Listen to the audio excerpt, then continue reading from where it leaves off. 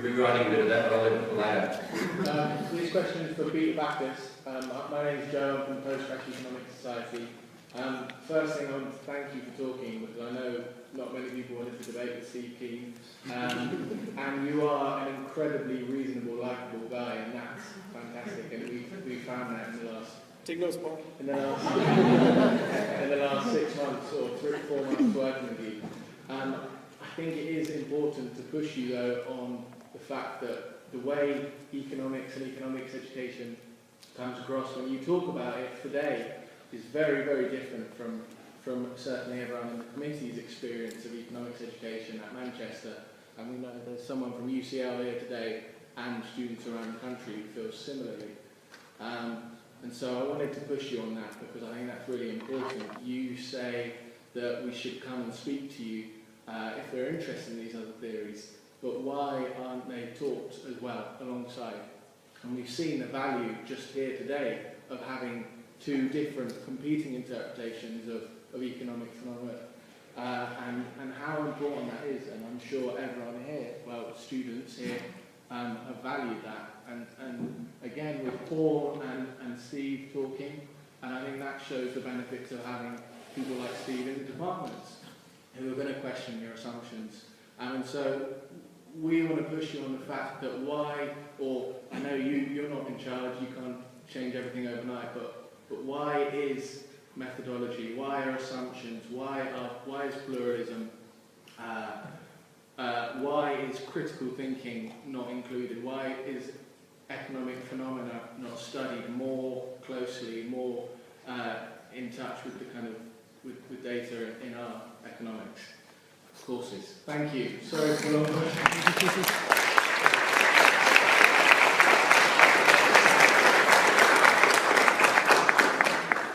So do you want to answer that? I think they call it a hospital class. Why is economics education not the way that you want it? I don't know. I think why are these models, things like this sort of thinking not being taught? Because I think the general openness to it, whatever openness there is, you may debate that, but whatever openness there is, exists because of the crisis. We had a challenge to our understanding of the world, and we're looking for other ways to understand it. So you have generations and generations, plural, of PhD students going back that didn't learn Minsky because it wasn't taught to my supervisor. Right? So it takes some time for those things. I don't think there's just a huge pool of well-qualified Minsky economists looking for jobs, right? So we can't just all of a sudden fill departments. The other thing is, again, these models provide some interesting insight, but don't forget the predictions of this model are 100% unemployment. No, hang on, please. When I define model like that, the mathematical property of the equilibrium the system will tend to in the absence of any other changes. But not a system including a government sector that does the scale of stimulus we've done so far. So that's...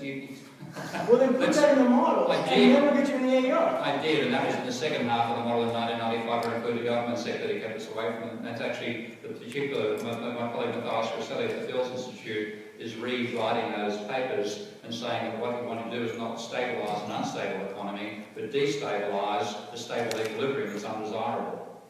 And that's a major role for government spending, which puts me on the same side of the debate of Paul Krugman on that front, anti-austerity. Okay? But certainly, it's talking about the mathematical properties of a stylized system. It is not saying I was predicting 100% unemployment, 0% wage share, and infinite debt. That is, please. All right. Well, the model is not in the paper I read. It's not tested against data. So for me, it wasn't overly convincing. There's interesting aspects, and I think we should push and try to understand and do more and do better and get these into the AER and things like that. If they're convincing, if they're compelling. Now, why is all this stuff not taught? I think historical inertia is part of it. I wasn't taught it. So it's not as though I'm going out of my way to not teach you about Minsky.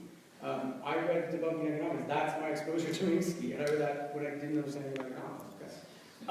So I do think things will change, are changing. I know people are proposing big changes, sort of the national curriculum economics.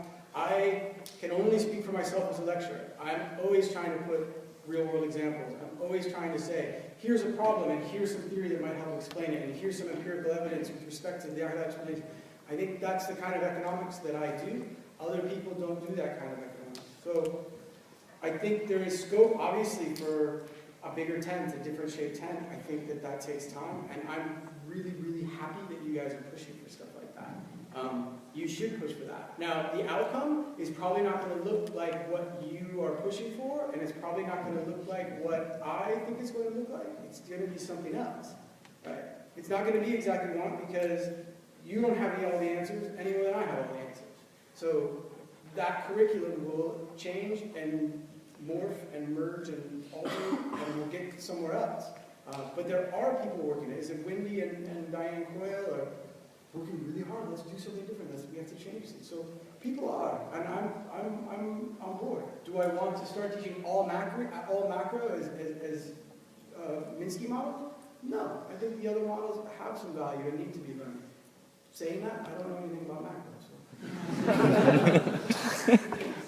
I think you made it. Economics is a debate. It's not a discipline.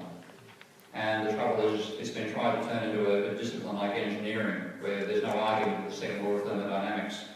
There's an enormous amount of argument inside economics that's been suppressed, and it's about time we allow it to happen again. And partly complaining about it not happening is the necessary part of bringing about that change. But certainly bringing history of economic thought, bringing non-equilibrium thinkers like Schumpeter and Marx and Minsky into the literature by people who understand them, that's a vital thing to do. And actually, I might say I'm delighted to have you head of the department here, because that's, to me, a very positive sign.